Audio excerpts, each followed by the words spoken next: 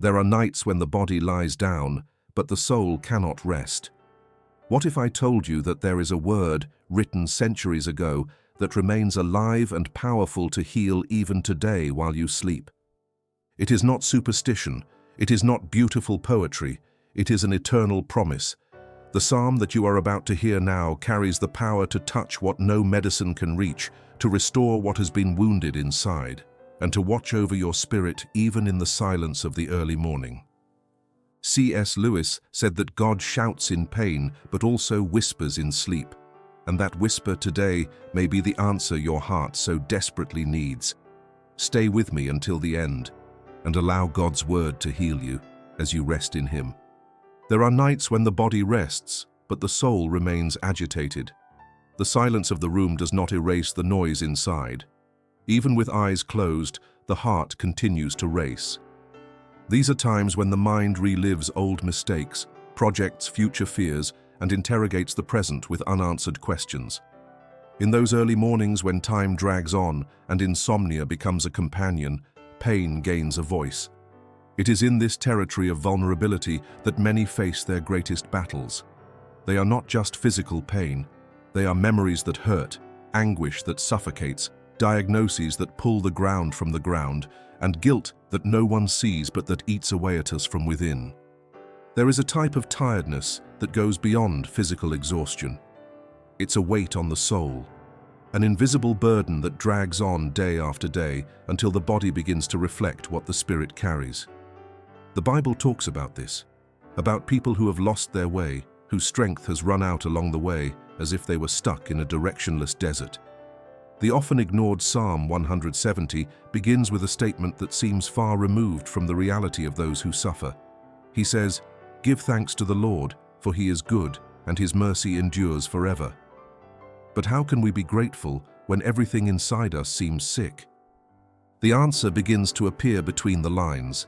The psalm does not ignore the pain. On the contrary, it describes it in detail. Men are hungry, thirsty, and lost. People imprisoned in darkness and the shadow of death.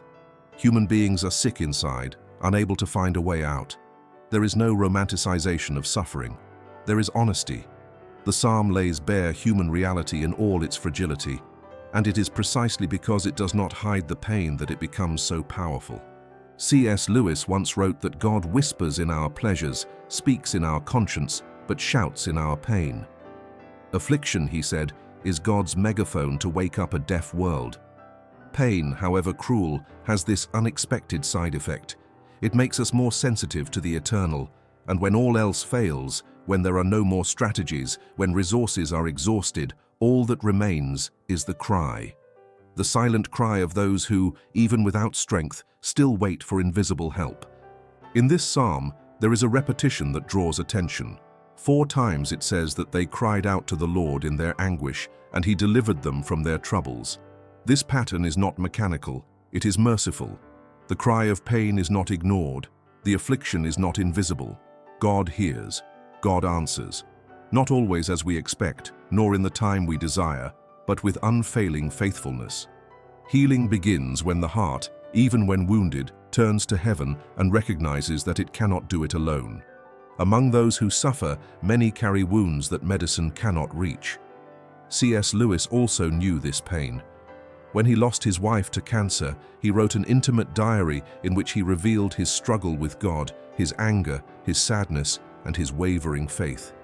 He did not hide the crisis, but it was in this crisis that he found a deeper faith, a faith that does not demand explanations but is sustained by the presence of a God who does not abandon. For many, sleeping is a battle. It is when the mind tries to shut down, but the spirit still bleeds. It is when the body surrenders to the pillow, but the soul remains standing. At these times, what comforts us are not logical answers, but the certainty that there is a God who does not sleep, who watches over every sigh, who listens to prayers that are not said, but felt. Psalm 17 is not a manual, it is a mirror. It shows that human suffering is not ignored by God. He sees, He hears, He acts. Healing does not always come as we expect. Sometimes it is slow, sometimes it is silent. Often it begins within, in the place where no one sees. That is why this psalm is so profound. It speaks of the word that heals. Not a medicine, not a formula, but a word, a divine intervention that touches the soul and transforms the invisible. Before restoring the body, God reaches the spirit. Before changing circumstances, he changes the heart. Lewis understood this. For him, suffering was not the end of faith, but its purification. He wrote that times of pain are those in which we discover how much we really depend on God, not as a theory, but as a vital necessity. And perhaps that is why the words of the 107th Psalm become so essential, because in them is the reminder that we are not alone in the dark, that even while we sleep, there is a living word that moves, that penetrates, that heals. The night may still be long, the illness may persist, the soul may continue to be wounded, but there is help that comes from above, a care that does not fade, a presence that does not abandon. The word sent by God does not fail in its purpose. It reaches where no one else can. It heals, it restores, it frees, even in the silence of the early morning, even while we sleep, even when all seems lost. There are pains that drag on for years, becoming part of the routine like a shadow that never dissipates. They don't scream, but they corrode. They are wounds that are camouflaged under restrained smiles, daily commitments, and obligations fulfilled mechanically. Psalm 107 portrays these souls as prisoners, not by iron bars, but by invisible chains that suffocate from within. They sat in darkness and the shadow of death, bound in affliction and iron. There is something about this image that speaks directly to those who have experienced ongoing suffering, not necessarily physical, but emotional and existential. People who no longer know what inner freedom is. The imprisonment of the soul is not always caused by external factors. Often, it arises from bad choices, accumulated guilt, and traumas that have never been healed. The mind becomes a prison, and the heart hostage to memories that still bleed. The psalm says that these people despised the counsel of the Most High and so fell into suffering, not as a cruel punishment, but as a consequence of being separated from that which gives life. When the soul disconnects from its source, it begins to become ill. This distancing shapes an existence where everything loses color, everything seems like an effort, and everything is heavy. The pain sets in and becomes natural. C.S. Lewis was no stranger to this kind of affliction. In his works, he describes moments of profound spiritual anguish. Despite being one of the most influential Christian thinkers of the last century, Lewis never masked his inner dilemmas. In many of his writings, especially in his most intimate diaries, he speaks of periods when he felt the absence of God as a deafening void. It was not disbelief. It was raw pain. It was the feeling of being locked inside oneself, not knowing how to open the doors. And that is precisely why his words carry weight. They do not come from a theoretical place, but from a heart that also struggled with its own internal labyrinths. It takes courage to admit that you are imprisoned. Many people get used to their chains. They settle into the emotional cell they live in and try to convince themselves that this is how it is, that life was never meant to be easy. But the psalm offers another perspective. There is no romanticism in pain, but there is redemption possible. Those who were imprisoned when they cried out were set free. The bronze doors were broken, the iron bars were shattered. This is not decorative language, it is a revelation about the restorative power of grace. Even when someone believes that their condition is definitive, there is a response that breaks structures that seemed unshakable. It is significant to realize that the cry described in the psalm is not born of robust faith. It springs from desperation, from exhaustion. It is a cry for help from someone who no longer has the strength to try alone. This reveals a disconcerting truth. God does not respond only to the strong. He leans toward the broken.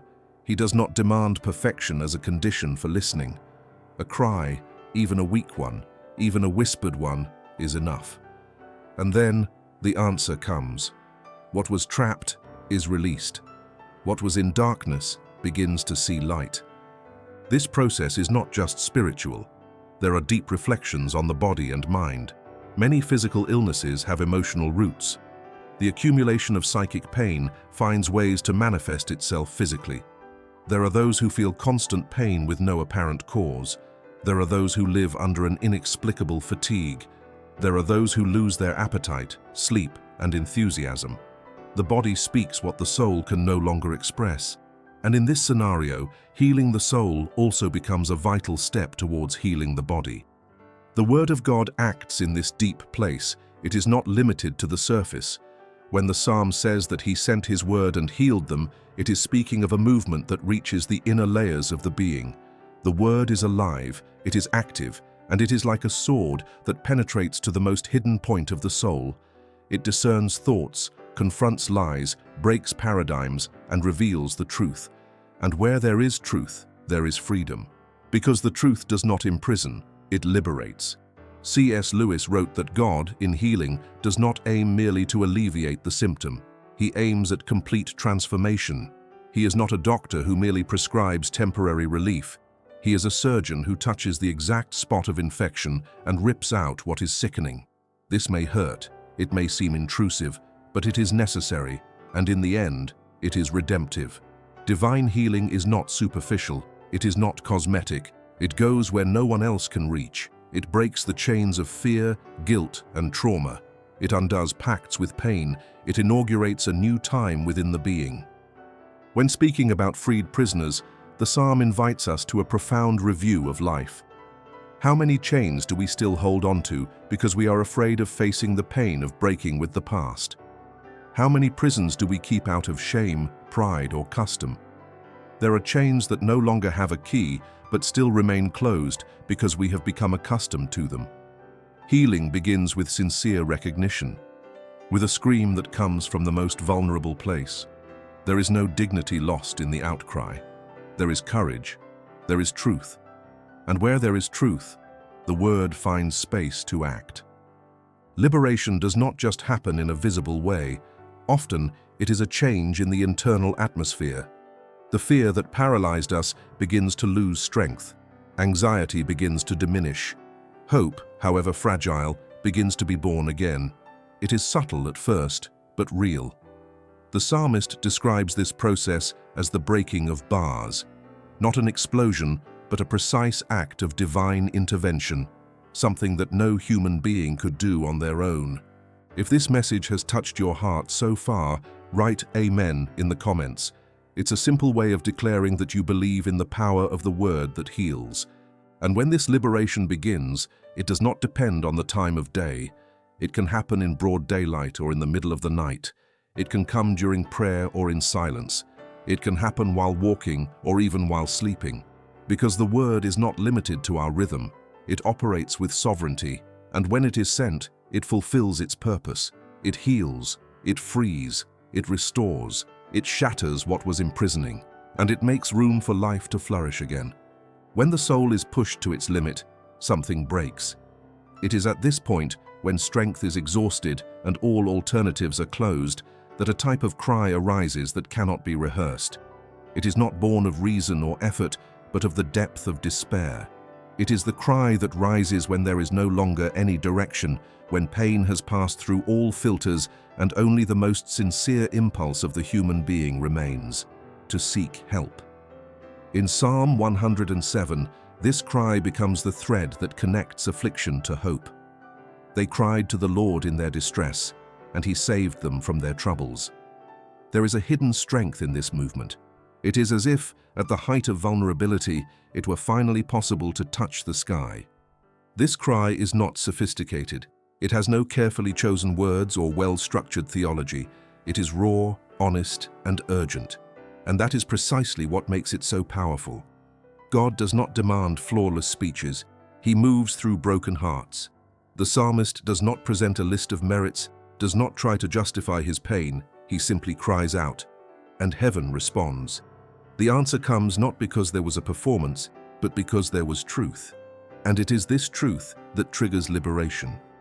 C.S. Lewis reflected that the purest prayers are those made when we can no longer pretend. When the mask falls off, all that's left is the naked reality of our pain.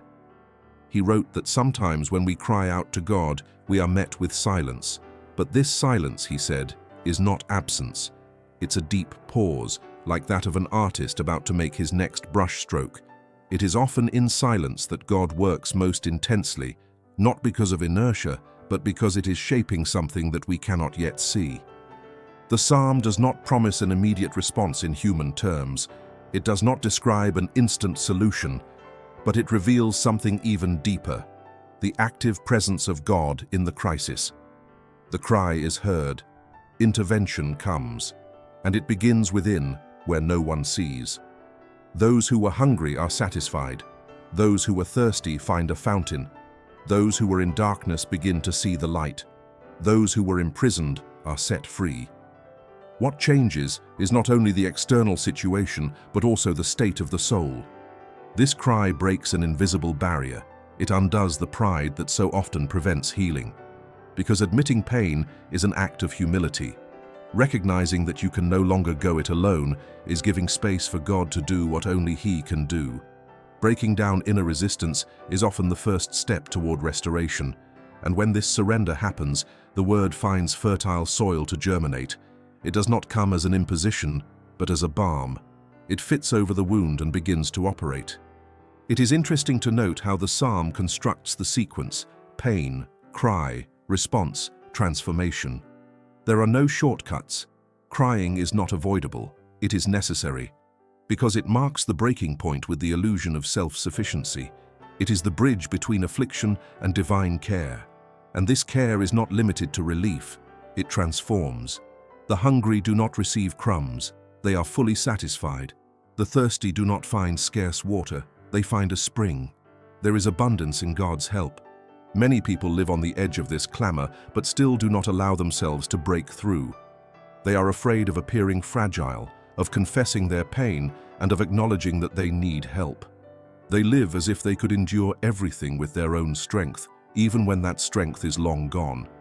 But the psalm is an invitation to surrender, not as a sign of weakness, but as a step of courage. Because crying for help is an act of faith. It's recognizing that there is someone who can listen. It is to declare that there is still hope. Lewis said that faith is not the absence of doubts, but the choice to trust even when you don't see anything. And this cry from the psalm is exactly that. It is not made by people full of certainties, but by tired souls who, even without guarantees, still wait for an answer. And the answer comes. It does not ignore the past, it does not erase the scars, but it gives them new meaning. Because God's healing does not erase history. It redeems it. The depth of this cry also reveals that God is not impressed by appearances. What moves the divine heart is sincerity. Therefore, even in the midst of the most intense pain, there is room for restoration. Even when words fail, the sigh is already a prayer. And even when everything seems dark, the light still finds a way. This is the power of the cry. It does not need to be perfect. It needs to be real. The deliverance described in the psalm is not a distant theory. It is a living promise. The God who listened in the past continues to listen. The God who delivered still delivers. What He did for others, He does again. And He does it in a personal, unique, sensitive way. Because God does not work en masse. He touches each soul as if it were the only one. And when He touches, He transforms. He does not just remove the weight, but restores the lightness. He does not just calm the storm, but teaches us to walk on water. This outcry, which seems to be a last resort, ends up revealing itself as the beginning of a new journey. It is at this point, when all seemed lost, that reconstruction begins. Not with human promises, but with the action of the living word. A word that heals, liberates, and sustains. That acts at the right time. That does not depend on our performance, but on His grace. That reaches places that logic cannot reach. That turns despair into hope. That gives meaning even to silence. And it never fails. The divine answer, when it comes, does not come merely as an emotional relief or an abstract consolation. It manifests itself through something specific and transformative: the Word. The psalmist writes that God sent His word and healed them and delivered them from death. This phrase is a silent but absolute turning point. There is no fanfare, there is no spectacle.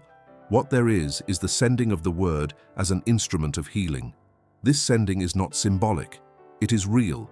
It carries the power of a heavenly decree that penetrates the soul with precision and grace. Healing begins at that moment when heaven speaks, and the heart, even broken, listens. This process does not depend on human merit. It does not require an ideal spiritual state. It is not limited to places or times. The Word of God does not obey the logic of time or geography. It is alive. It moves freely. It can reach someone in the middle of a crowd or in the silence of a dark room. It can act in someone who prays fervently or in someone who merely sighs for help. The verse says that it is sent, and sending presupposes intention, direction, and care. God does not send by chance. He sends because He knows, because He sees, because He responds. During sleep, the body rests. But there is a spiritual dimension that remains sensitive. It is in this invisible territory that the Word continues to act. The mind is silent, but the spirit remains accessible to the voice of God. How many times, in the midst of total exhaustion, do people wake up with a peace they cannot explain, a lightness that was not produced by any external factor, but that simply appeared? The Word, while we are incapable of reacting, continues to work. It does not depend on being awake. It does not demand understanding. It acts by grace. C.S. Lewis understood this truth profoundly. He wrote that often the holiest moments are not the most conscious ones. They are the ones when we can no longer pretend anything before God, when we are not trying to pray well, or think right, or feel high.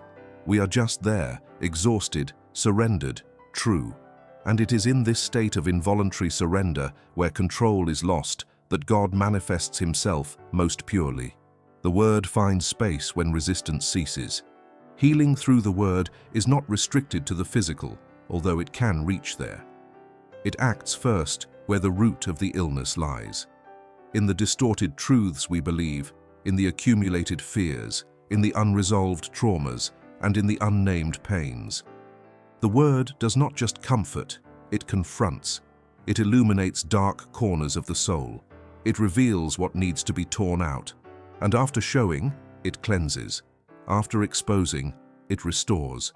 It is not a comfortable process, but it is liberating. The presence of the Word heals because it rebuilds the structure of the human interior, putting each part in the right place. During sleep, our vulnerability is total. We are unconscious, surrendered, and defenseless. And yet, it is in this state that God continues to care. The psalm does not say that the word was sent while they were awake. It only states that it was sent. It does not matter if the cry was made hours before. The answer came, and it came as the living word. This is a precious revelation. God's answer is not always visible, but it is always effective. The word sent by Him does not return empty. It fulfills the purpose for which it was designed. There are those who disbelieve in this power because they expect immediate results. But the word is not a magic trick. It is a seed. And seeds often germinate in the dark. They open up underground, silently, out of sight. But one day, they break through the surface and bloom. Healing can begin as something imperceptible, a thought that changes, a memory that stops hurting, a fear that begins to lose strength, a sleep that becomes peaceful again. These are small but decisive signs. And all of this can happen while we rest, because the word never stops. Lewis said that suffering exposes our true foundation. It shows where we are truly standing. And when everything else falls apart, what remains reveals our real foundation. The word is that foundation that does not fall apart. When everything else fails, it remains. It does not run out, it does not corrupt, and it does not weaken. That is why it heals. Because where everything else has fallen apart, it is still there, firm, present, alive. This healing that occurs during rest does not depend on human effort. It is a gift. The Bible shows that God acts while we sleep. It was during sleep that Adam had his rib removed so that Eve could be formed. It was in dreams that God spoke to Joseph, Solomon, and Daniel. For God, rest has never been a time of inactivity. He works while we rest. He watches while we sleep, and while our eyes are closed, His word continues to move. For those who live under the weight of illness, whether emotional, physical, or spiritual, this promise is a profound comfort. Knowing that you don't need to understand everything, control everything, or be able to pray eloquently, you just need to trust, you just need to surrender, you just need to recognize that there is a living word that has been sent, and this word knows exactly where to touch. It knows every trauma, every cell, every sigh. It goes deep down and begins to reorganize what was in disarray. This healing, which does not follow human standards, is often discredited because it does not fit into immediate logic. But it is real. It does not depend on formulas or perfect environments. It happens where there is space for God to act. Where there is silence, He speaks. Where there is surrender, He restores. Where there is night, He sends light. Where there is pain, He breathes life. And all of this often happens while we sleep, without noise, without fanfare, but with eternal depth. The word that heals is not just a pretty idea, it is a spiritual reality with concrete effects. It transforms inner realities, renews strength, and restores hope. It does not require effort, it asks for surrender, and when it finds space, it does what no one else can do.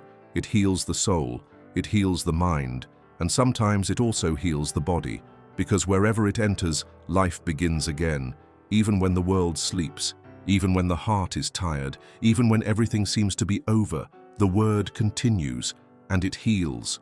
When the word fulfills its purpose and healing begins to manifest, there is a subtle but profound change within the one who has been reached.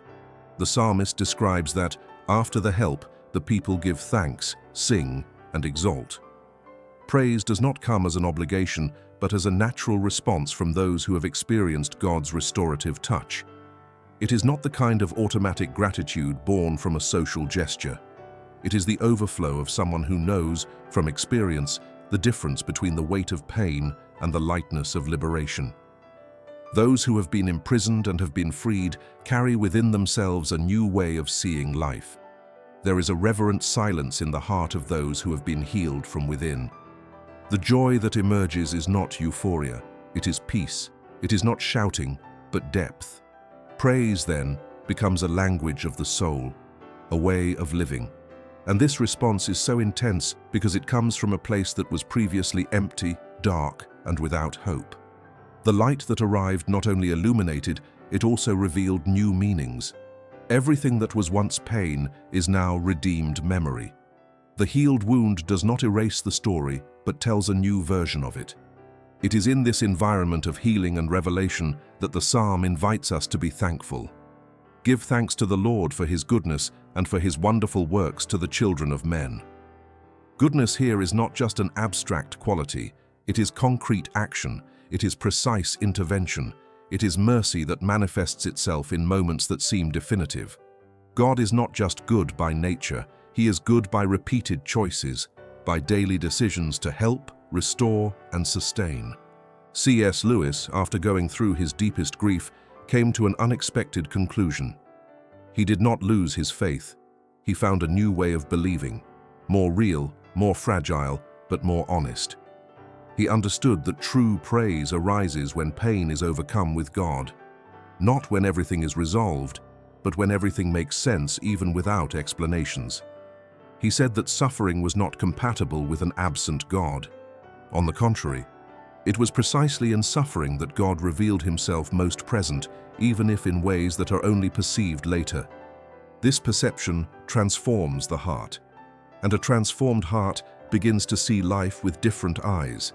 Small details begin to have value. Things that were previously ignored become signs of grace. God's presence is felt in pauses, in silent nights, and in wordless prayers. And when praise takes hold in this type of soul, it does not depend on circumstances. It becomes constant, because it is not born of what one has, but of what one is. And those who have been restored by the word now live as silent witnesses that redemption is possible, even in the most wounded stories. The psalm also portrays the image of those who were on the brink of death and were rescued. It is a description of someone who has reached the end of their limit, who no longer saw a way out, who perhaps even wished it would all end. And it is exactly there, at that point where many give up, that God intervenes. not to humiliate, not to judge, but to lift up. God's touch is never to push someone to the ground, but to lift them up, even those who no longer see value in themselves, even those who have already given up on themselves. God does not turn away from these souls. He draws near, and when He acts, He restores even that which seemed irreparable. This restoration does not mean that everything will go back to the way it was before. Often, God's healing inaugurates a new version of life. There are people who, after being touched by this word, develop a new sensitivity. They begin to perceive the pain of others with more compassion. They become a shelter for others, not because everything has been resolved, but because they have discovered that it is possible to live with purpose even in the midst of scars.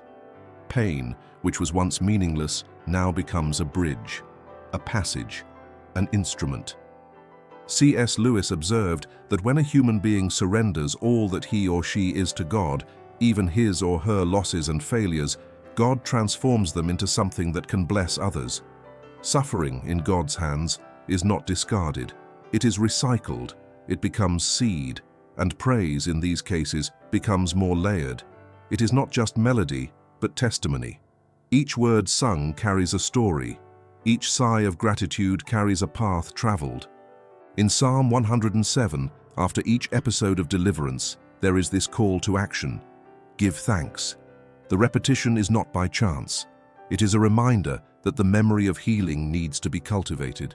The human soul is prone to forgetfulness, and forgetting the grace received is a dangerous step. Therefore, praise also becomes a way of preserving memory, of remembering who God was when all seemed lost, of keeping the flame of hope alive for the days ahead. This praise that springs from restoration has the power to protect the soul. It acts as a shield against bitterness, against pride, and against the fear of new pain. It repositions the heart, not on the absence of problems, but on the constant presence of God. And when this awareness is established, life is no longer driven by despair, but by gratitude. It is no longer controlled by fear, but sustained by faith. It is no longer defined by pain, but shaped by the word that heals and transforms. True praise does not need a stage. It happens in the heart, in seclusion, in the silence after the storm, in the peaceful awakening of a night when one slept peacefully. It does not depend on music or applause. It is the continual response of a soul that recognizes, I have been reached, I have been restored, I have been remembered by God, and this daily recognition is what keeps the flame burning, even when new winds blow, because the soul that has known the word that heals is never the same again, and this new way of living becomes in itself a living praise. There is a type of rest that does not depend on a calm environment, nor on the absence of challenges. It is a rest that is born of trust, a peace that does not ignore pain, but goes through it. After experiencing God's presence in crisis, after hearing His word even in the darkest nights, the soul begins to learn to rest in another way. No longer with anxiety, nor with tense expectation, but with surrender. Sleep, which has so often been a territory of restlessness, now becomes a symbol of surrender. Because those who trust, rest. Those who know divine faithfulness find shelter even when everything around them still seems unstable. The 107th Psalm does not end with a promise of the future. It closes with an invitation to wisdom. Let the wise consider these things and consider the mercies of the Lord. It is not an appeal to emotion, but to contemplation. The psalmist wants the reader not only to listen, but also to reflect. Not only to feel, but to perceive. There is a spiritual maturity in this conclusion. After narrating deliverances, healings, and transformations, he invites careful observation. Because God's mercy is not only shown in great miracles, it is present in the details, in the persistence of the day that dawns, in the strength that is reborn when it was not expected, in the breath of life that insists on continuing. Those who have been healed by the word learn to see these mercies even when they do not cry out. Learn to notice the small signs of divine care, and he begins to live no longer in despair, but in reverence. The soul withdraws, not as one who hides, but as one who rests in the right place. There is no need to control everything. There is no more paralyzing fear. Confidence takes the place of anxiety, and that, in itself, is healing. C.S. Lewis wrote that the true Christian is not one who lives without pain, but one who has found a way to carry his pain in the presence of God, who learned to walk even without all the answers. That does not require explanations to believe. This does not need to be understood to rest. This is the point at which faith turns into experience, no longer a concept, but a conviction built on a daily basis. And that conviction changes everything. She makes even sleep sacred. Sleeping, after so much time on alert, is a spiritual act. It's like saying, I no longer need to be on guard all the time. I no longer need to carry the world on my shoulders. Someone greater is in control. And this simple, almost invisible surrender carries one of the most profound signs of inner healing. The peace that allows us to sleep is often the greatest evidence that something has been transformed within us. The Word of God not only brings relief in the present, it prepares the future. It teaches the soul not to fear, not to drown in chaos, not to cling to control. When it enters, it changes the rhythm of life. Reactions are transformed. The way we see others is adjusted. Haste loses strength. The heart learns to breathe to the rhythm of grace. It is not passivity. It is active trust.